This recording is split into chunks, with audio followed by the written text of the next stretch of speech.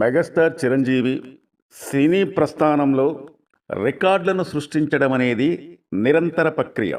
cinema ఇండస్ట్రీలో background లేకుండా ఒక్కడిగా వచ్చి ఇన్ని కోట్ల మంది ప్రేక్షక అభిమానులకు ఆరాధ్య అభిమాన హీరోగా దాదాపు 47 సంవత్సరాల నుంచి అతన్ని అభిమానిస్తున్న అభిమానులకు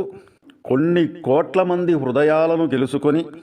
1998 అక్టోబర్ 2న అంటే గాంధీ జయంతి రోజున హై బ్యాంకు బ్లడ్ బ్యాంకు ప్రారంభించి కళ్ళు లేని వాళ్లకు కళ్ళందిస్తూ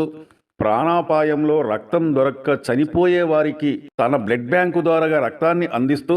దాదాపు 9,000 నుంచి 10,000 మందికి కళ్ళు లేని వాళ్లకు కళ్ళందిస్తూ అతని బ్లడ్ బ్యాంకు ద్వారాగా దాదాపు ఒక 10 లక్షల మందికి ఇప్పటి వరకు రక్తం అందించిన అంతటి గొప్ప మనసున్న